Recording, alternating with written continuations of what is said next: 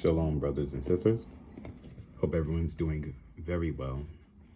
I ain't post about Deuteronomy for a bit because I just been, occupied with work, and then I just wanted to just read some of the word on my own, at least each chapter on my own. And I'm just on the 14. I mean, I've already read Deuteronomy before, but I'm reminded of what the Most High has said to Joshua in a easier form to understand. He told him to read his word day and night.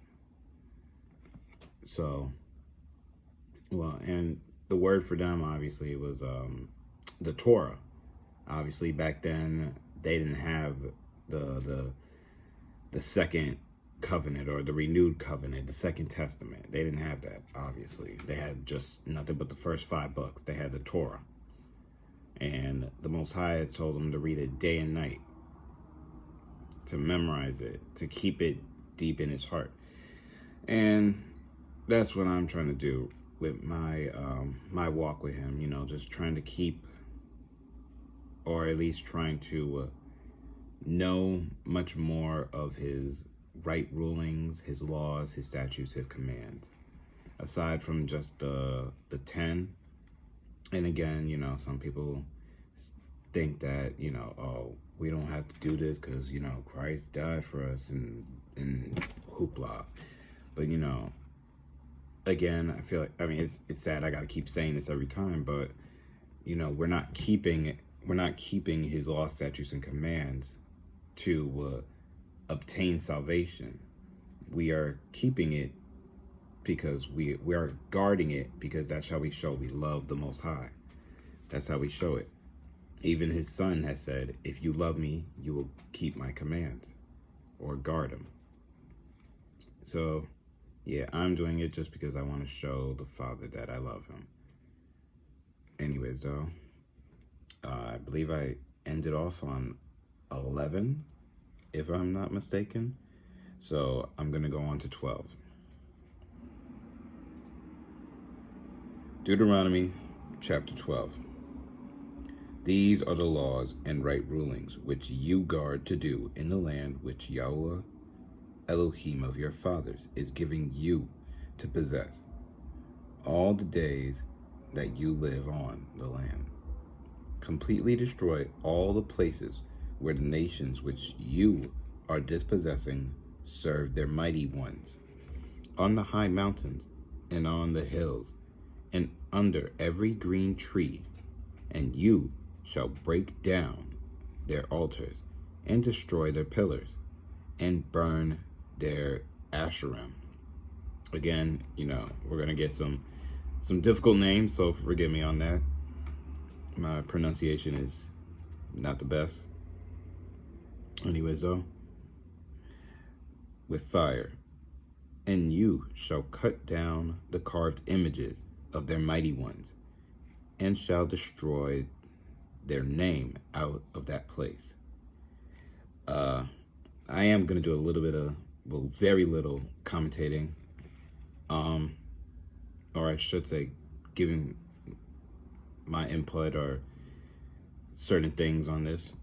What I'm just trying to say is for verse 3 on chapter 12, where it says, and you shall cut down the carved images of their mighty ones. It just reminds me of, the graven images we have, as the second commandment told us not to have any carved images of heaven or earth or the things under the water, etc. My grandmother had a carved image of the what's his name? I can't even think of the name right now. That fake Jesus, the one that the Romans or the Greeks painted. Caesar Borgia. There we go. My grandma had an image of that in her house for so long, and the devil's very deceiving. He's very tricky. We obviously know that, but like the way how he manipulates us sometimes to keep us distracted and occupied. One minute we're saying to ourselves, I'm going to get rid of this thing. And then next thing you know, so many other things are just coming out to distract us. We end up forgetting what we were supposed to be doing. Even if it was like a few minutes, we just completely lose track of it. So anyways, just to make this quick, I finally got rid of that image. And I'm trying to get rid of many other graven images that she has in her home. But you know, it's just gonna take time to help her break this stuff down and having her accept and realize that many of these things she hold on to, the fathers does not approve of.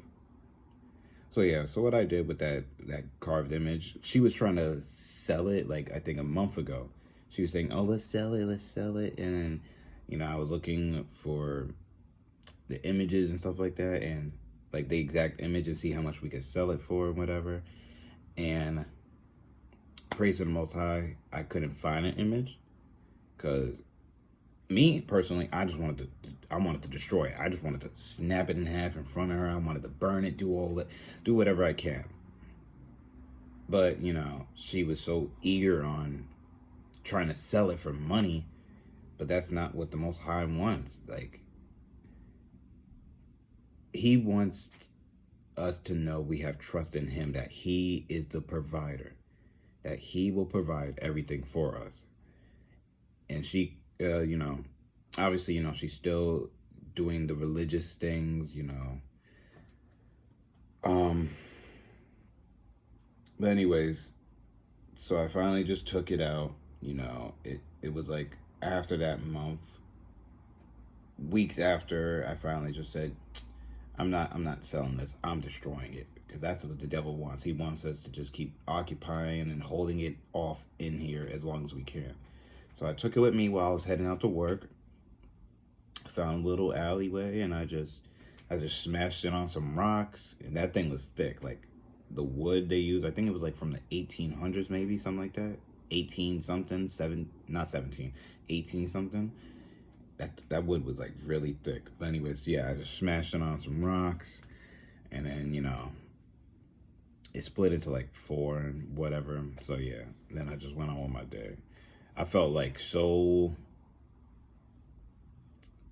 I don't know, it felt good. It felt good.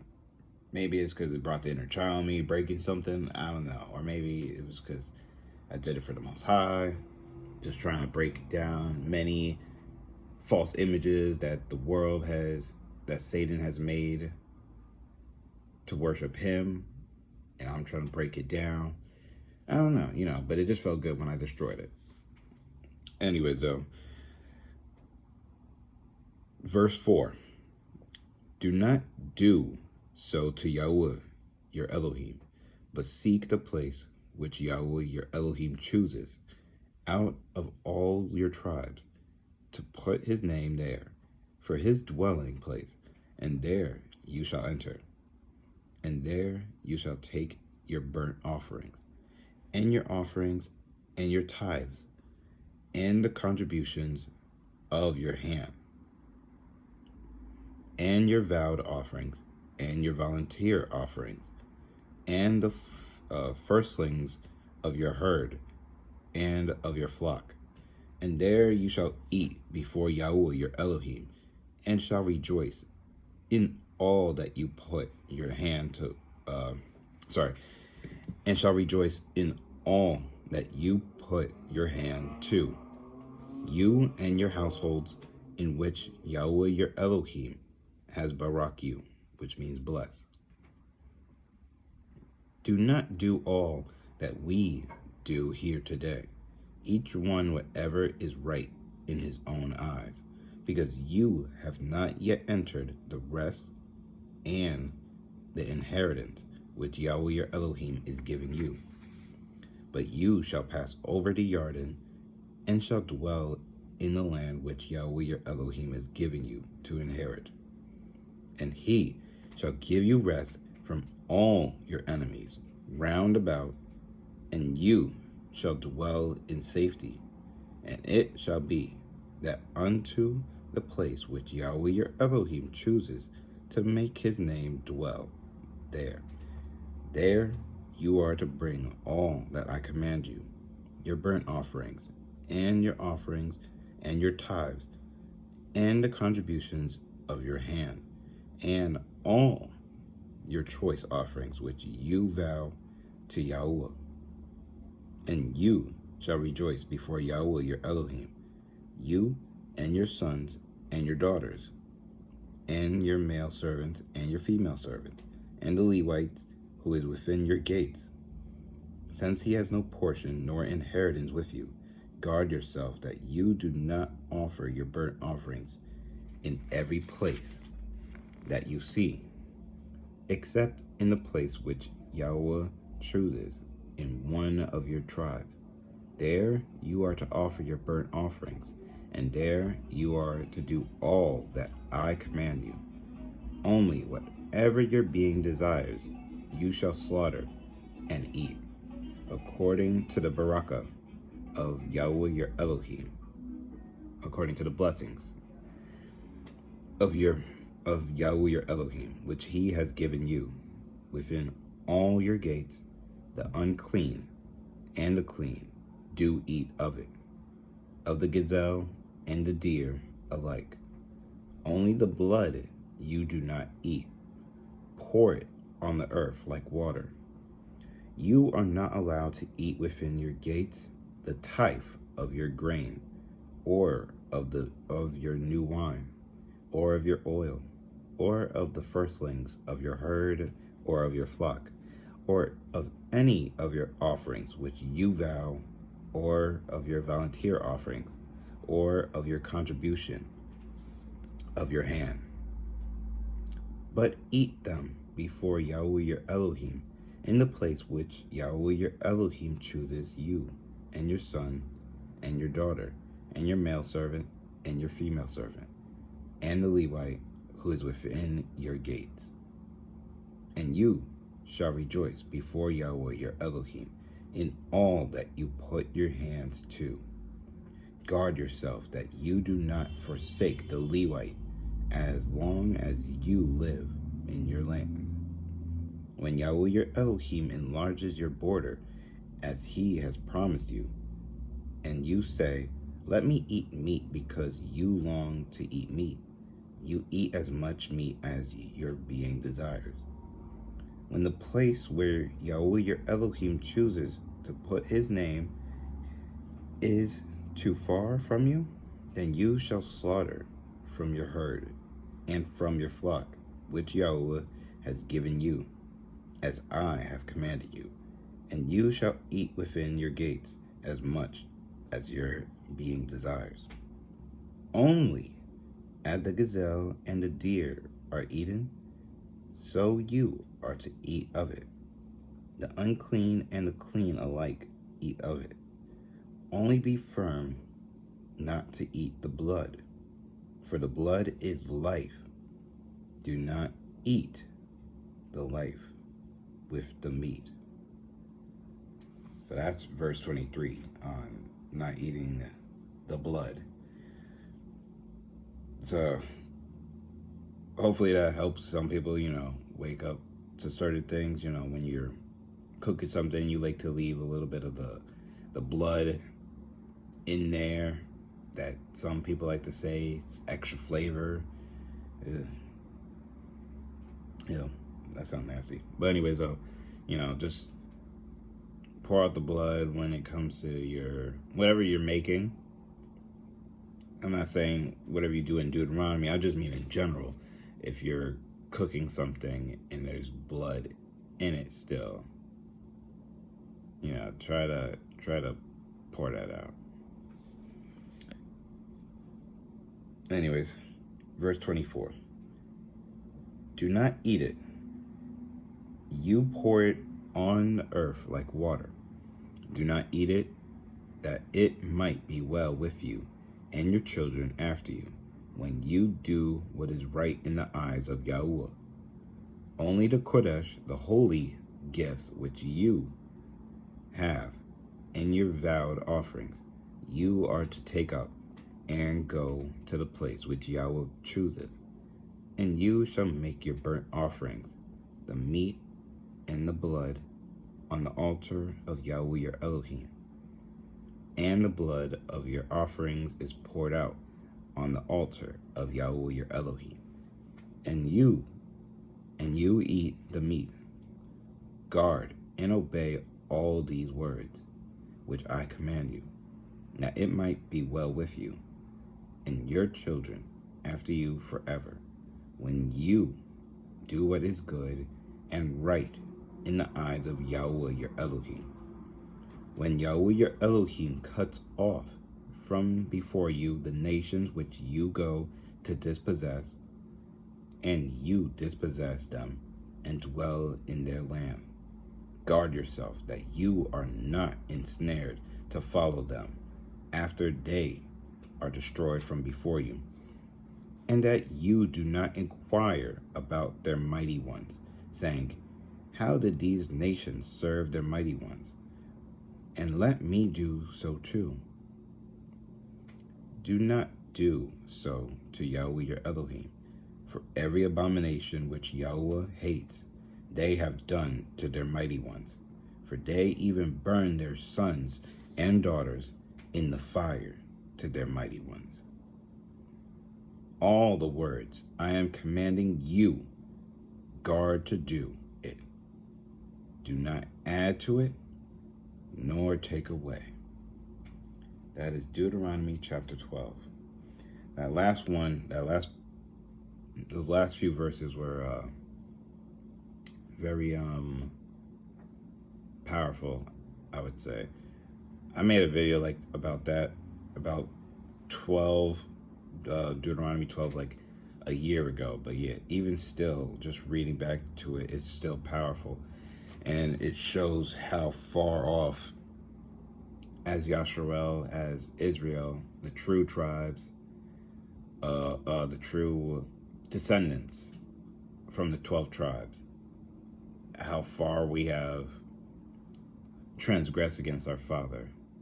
And yet we still are so stiff-necked and pride of heart and heart.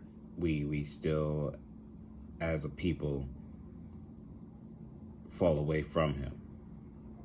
You know, especially I can't say especially, but, you know, the older generation makes it tougher for the next generation to follow in the word, because they're being all, you know, deceived from their oppressors. It truly does suck. But, you know, I guess, you know, that's what the saying, you know, many are called, few are chosen. Not everyone's going to take heed to the truth. So it's unfortunate, but, you know, we still got to let the word be known to people, because we don't know who's being chosen. You know, for all we know, the person we minister to, they might not get it. We might not see them get it while we minister to them at that moment of time. But the Most High knows their heart. He knows that he chose that person, and he just needed them to hear from you to add another seed to be watered, to plant the seed. And then as their life goes on, you know, they hear from someone else, Eventually, you know, over time, it's just going to, what I'm just trying to say is the Most High knows who is going to wake up and serve him in lovingness and truth, and those who are not. He knows, but we do not. So this is why we still must minister to all nations, because he knows who's going to choose to serve him and who's not. So we have to just trust in him that we know who is going to wake up and not, and we just give him the word. But anyways, though, what I just wanted to go back on the verses real quick was I think it's 31. Do not do so to Yahweh your Elohim, for every abomination which Yahweh hates, they have done to their mighty ones. For they even burn their sons and daughters in the fire to their mighty ones. That's sad. It is sad. And I'm pretty sure my ancestors had done those things. It's just crazy to me that how he led them out. He said before that he will he dispossessed the other nation. He cut them off. He moved all these other nations out of this land for them to possess. So they should know that, like, just from all of his works of what he has done, you would think my ancestors would know. You would think Yasharel would know that, oh, he's powerful. Let me not test him. Let me not try the Most High. But yet we're so, this is why he keeps calling us stiff-necked. And I'm not saying like I'm not stiff-necked from time to time, I have my moments. But what I'm just trying to say is that, after everything he's done, he showed his outstretched arm, his powerful hand. And yet, even through all of that, they still went after the other mighty ones, knowing that they would see his hand and be cursed and go through some chastisement. I just don't get it, man. We must have been some real idiots to not get it. And it's just crazy to me, man. But what else was there? Last one I wanted to go with. Guard yourself that you are not ensnared to follow them after they are destroyed from before you, and that you do not inquire about their mighty ones, saying, how did these nations serve their mighty ones? And let me do so too. That is verse 30. We pretty much do that now. We follow this nation's mighty ones. We follow their feast day, their pagan feast days. We do the Christmas, and when I mean we, I mean as a people, not just as the individual, but as a people of Yasharel, are the descendants of the transatlantic slave trade. We still serve their mighty ones of this nation that we have not known. We do the Christmas, we do the Thanksgiving, the Easter, Halloween, all of these holidays, all of these feast days of theirs that we were not supposed to do or know. So it does suck. But anyways, though, I'm going to make the next one for chapter 13 after I post this one. So hopefully this does help someone, open their mind up a little bit. I know this video is probably way too long, but hopefully it helps someone out there. Anyways, all of these are on my YouTube channel as well, from chapter 5, I believe, up to 13. So please, if you can, just follow my YouTube channel. Give it a like so that people can see this. Other than that, I hope everyone has a blessed day. Until next time, thank you for watching.